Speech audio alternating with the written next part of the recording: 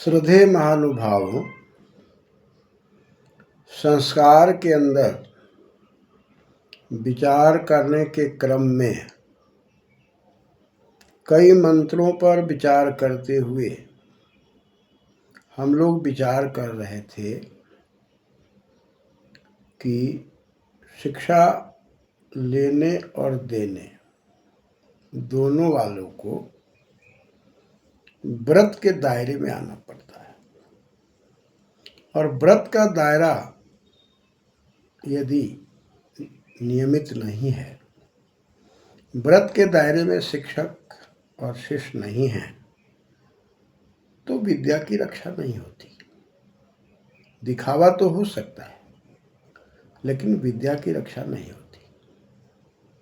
इस प्रसंग में बात करते हुए बात कर रहे थे, मम व्रतेते हृदयं दधामि मम चित्तम अनुचितम ते अस्तु मम वाचम एक मना जुषस्व प्रजापतिस्व निलक्तु भय्य। ये मंत्र वेदारंभ संस्कार में भी दिखाई पड़ता है और यह मंत्र उपनयन संस्कार में भी दिखाई पड़ता है और यह मंत्र विवाह संस्कार में भी दिखाई पड़ता है। तो इन मंत्रों के अंदर जो बातें आती है, इन तीनों मंत्रों में नामकरण में एक मना की बात आ रही है, वेदारंभ में व्रतों की बात, मना की जगह पर व्रतों की बात आ रही है। और विवाह संस्कार में भी एक मना है, लेकिन वहाँ प्रजापतिष्ठा की बात आ रही है। और इधर जो मंत्र का विनियोग है, इसमें बृहस्पतिष्ठा की बात आ रही है। कहने का मतलब है कि यह मंत्र हमारे जीवन के लिए अत्यंत उपयोगी है, क्योंकि हमारा आपका जीवन व्रत पर चलता है। चाहे हम विद्या अध्ययन के लिए व्रत करें, चाहे गृहस्थ को सही चलाने का व्रत लें, या हम वानप्रस्थ का व्रत लें, या संन्यास का व्रत लें, या समाज को अच्छा बनाने का व्रत लें, या शासन प्रशासन को सुदृढ़ करने का व्रत लें, व्रत पर ही हमारा समाज, आपका समाज टिका हुआ है। वृंग वरण है।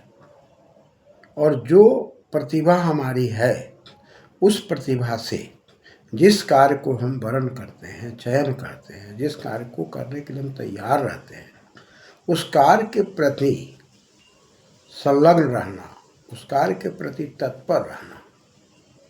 और तत्पर यदि हम नहीं हैं, तो निश्चित रूप से पद पर तो हम चले जाएंगे, लेकिन उस पद के योग्य न होने से हमारा जो व्यक्तिगत दोष है, उस पद को दूषित करेगा।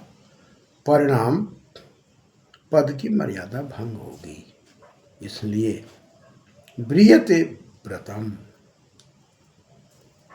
जो हम वरण करते हैं, जो अपने जीवन में, जैसा कि मैंने बताया था कि जब हम शोषण रहित हो जाते हैं, जब हम हिंसा रहित हो जाते हैं, सत्य के मार्ग पर चलते हैं, अपने कर्तव्य को समझते हैं, अधिकार को समझते हैं, अधिकार का दुरुपयोग नहीं करते, घूस की प्रवृत्ति से हम अलग हटते हैं, वहाँ से हमारी निवृत्ति हो जाती है और पद की मर्यादा की रक्षा करते हैं। तो गुरु और शिष्य विद्या अध्ययन में नियुक्त है। निलक्तु मह्यम, मह्यम शब्द में विचार करें तो मूल शब्द अस्मद है। तुभ्यम मह्यंगई सूत्र से अस्मद के अस्म को मह्या आदेश होकर, ने प्रथम ओरम से ने को अम होकर और अध का शेष है लोपा से लोप होकर शब्द मह्यम बना, मेरे लिए। क्या हो भाई? तो न्यू नक्तु, ये लोट लकार कर, नी माने निश्चित, युजुर योग्य धातु है। हम जुड़ते हैं, हमें जोड़े परमात्मा, हमारी व्यवस्था के अंदर कहीं भी कोई व्यवधान न हो, हम जिस पद पर जाए उस पद की मर्यादा हो। यदि शिष्य है तो शिष्य की मर्यादा हो, गुरु हैं तो गुरु की मर्यादा हो। बड़ा से बड़ा पद हो या छोटा से छोटा पद हो, ना कोई छोटा पद है ना कोई बड़ा पद है।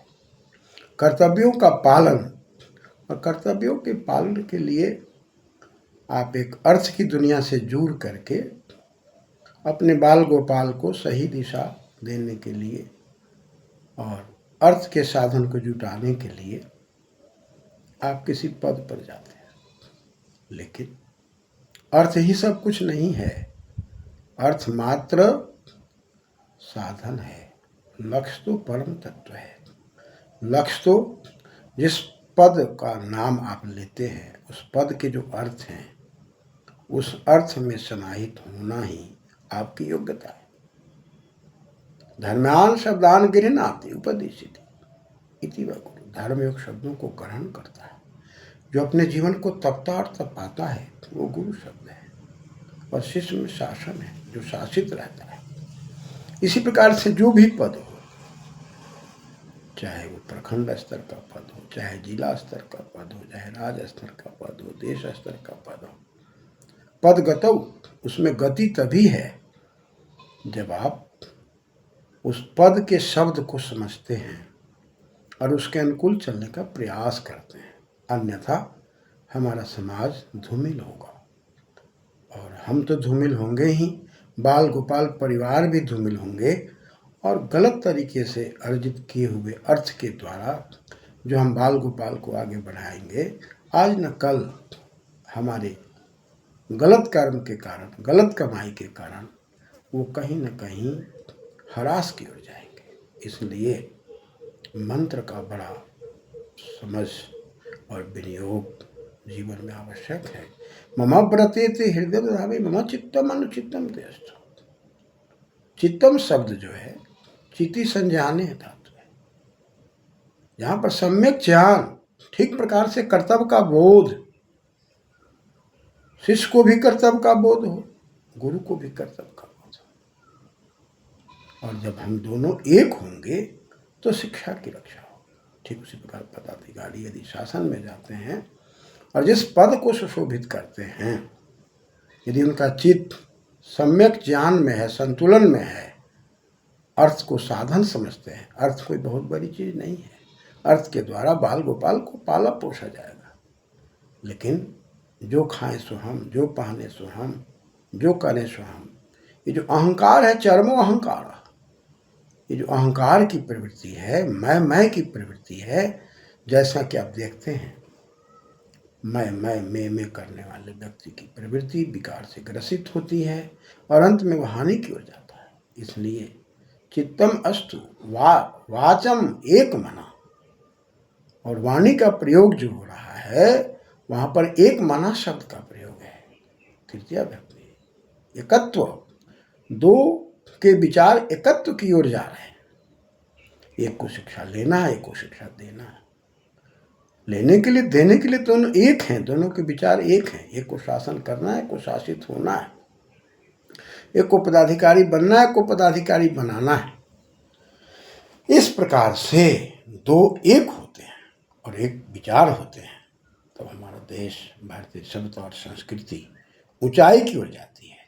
अन्यथा हम तू मैं की जिंदगी जी करके स्वयं अपने जीवन को क्लेशित करते हैं और दूसरे के जीवन को भी क्लेशित करते हैं। इसलिए इस प्रसंग में बृहस्पतिष्ठवा की जगह पर प्रजापतिष्ठवा शब्द का प्रयोग स्पष्ट करता है कि गृहस्थ जीवन में जो पति पत्नी बनते हैं, यहीं से हमारा संस्कार प्रारंभ हो रहा है। आचार्य आपको संस्कारित करना चाहता है। पत्युर्नो यह संयोग है, यज्ञ के संयोग में पूजा, संगति, कर्ण, दान, बड़े बुजुर्गों का मान सम्मान करना, आपस में मिलना मिलाना, आदान प्रदान करना, ये यज्ञमय जीवन, ये जो पति और पत्नी शब्द में नुक आगम होकर के पति और पत्नी की जो बात कही जा रही है, जिसमें युग प्रत्यय की बात कही जा रही है कि पाति रक्षति पति व पत्नी, वही पति पत्नी स्त्री पुरुष है। स्तौति स्त्री पुरंती अग्रे गच्छति या गच्छन्ति पुरुष, पूरी सहिता वही पुरुष है जो हृदय में रहता है। उसकी कीर्ति, उसका यश एक दूसरे के हृदय में रहता है, वो पुरुष।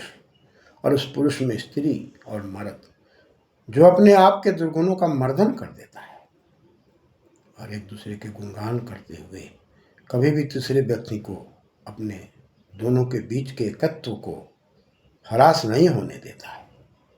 वह एकत्व की प्रवृत्ति से जो संतति का निर्माण होता है, वह निर्माण प्रजापति प्र उपसर्ग है और जन धातु है, जननी प्रादुर्भाव है, जहाँ से उत्पादन शुरू होता है। उपसर्गे तो संयम से डा प्रत्यय लग करके और टाप होकर के प्रजा शब्द, प्रखरता से उत्पत्ति, प्रखर पे न जायते प्रजा, वह प्रजा की शक्ति। पाति रक्षति पति, प्रजापति, परमपिता परमात्मा। और परमपिता परमात्मा के जैसा माता पिता बनना, स्त्री और पुरुष, पति और पत्नी, औरत और मर्द दोनों अपने हृदय के टुकड़े को बनाने की बात करते हैं। और हृदय के टुकड़े को बना करके 5 वर्ष के बाद जब उसको द्विज बनाने की बात आती है, द्विज जायते द्विजः, जब वो अपने से जन्म देकर, अपना संस्कार दे करके 5 वर्ष तक माँ उसे उच्चारण सिखाती है, 8 वर्ष तक पिता व्यवहारिक शिक्षा देते हैं, ये दादा है, ये नाना है, मामा है, इनके साथ क्या व्यवहार करें। पुनः वो गुरु को सौंप देते हैं। उपनयन, उप मन समीप में, नयन मन ले जाना, गुरु के सानिध्य में उसको समर्पित कर देते हैं। समर्पित करने के पहले भूमिका है प्रजापतिष्ठा।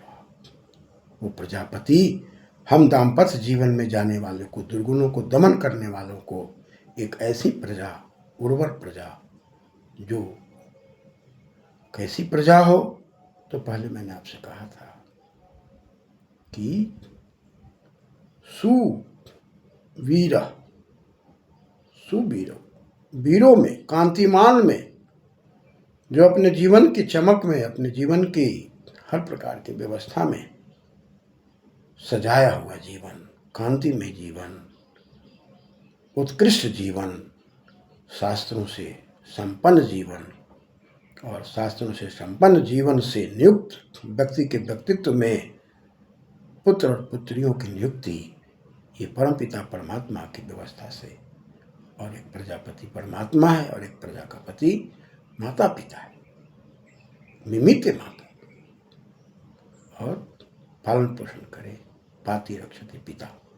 ये दोनों पालन पोषण करके सुंदर संतति को उत्पन्न करके और गुरु के सानिध्य में ले जा करके, उसके नज़दीक ले जा करके और उसे सुपुर्द करते हैं कि यह राष्ट्र का नागरिक बढ़िया बने, देश का नागरिक बढ़िया बने, इसकी शिक्षा दीक्षा सभ्यता और संस्कृति से अनुकूल हो।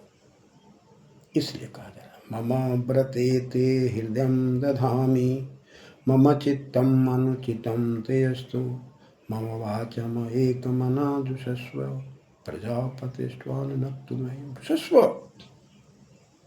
प्रीति सेवन, जिसके जीवन में प्रीति हो, सेवन हो, सेवा की भावना हो। वाचम, वच परिभाषण नहीं, क्विप प्रत्यय लगा और दीर्घ होकर के अम लग करके वाचन बना। परितः अभाषित हो, परितः दीप्तमान हो, ऐसी वाणी बोलने की मर्यादा की युक्त।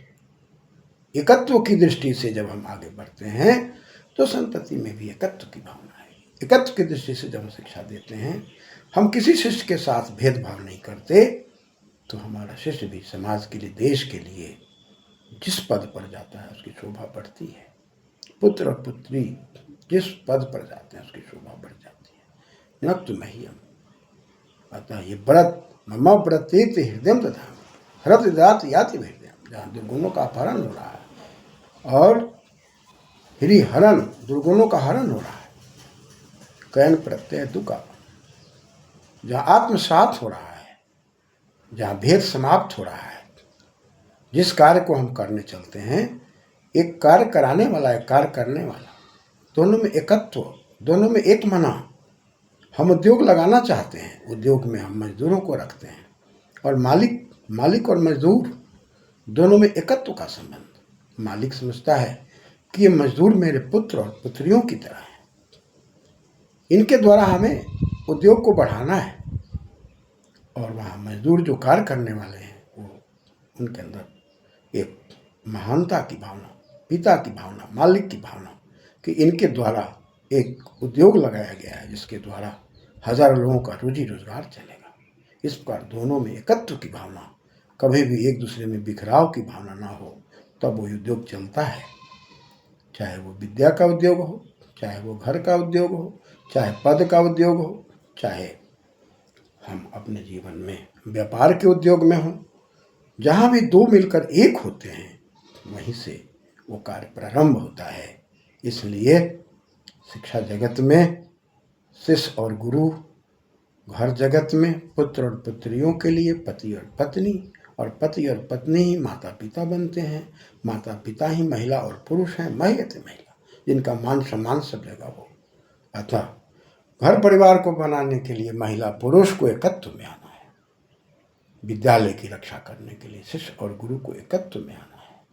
समाज की रक्षा करने के लिए हमारे अग्रगणी नयति नेता जो समाज को सन्मार्ग में ले जाते हैं, वो अर्थ की व्यवस्था को पवित्र रखते हैं, अर्थ की व्यवस्था में कहीं भी गंदी व्यवस्था को न आने देते हैं, नियम को सही तरीके से लेकर चलते हैं, तब हमारा समाज सुदृढ़ होगा और वेदानुयायी होकर के हम लोग निश्चित रूप से जियो और जीने दो की भावना होगी, और सब लोग एकत्व की ओर बढ़ते हुए समाज में बिखराव से बचेंगे, तनाव से बचेंगे, शोषण की परंपरा समाप्त होगी, और वैदिक शक्ति जिस घर में, परिवार में, समाज में, देश में, राष्ट्र में आ जाती है, वह वैदिक शक्ति निश्चित रूप से जीवन को ज्ञान से ओतप्रोत करके, भेदभाव को समाप्त करके मानव मात्र को कल्याण की दिशा में अग्रसर करने के लिए वो शक्तियाँ प्रेरित करती रहती है। इस ओर हमें ध्यान देना चाहिए। इसलिए संस्कारों के जो गहन चिंतन मनन है, इस पर विचार करने की अत्यंत आवश्यकता है। धन्यवाद।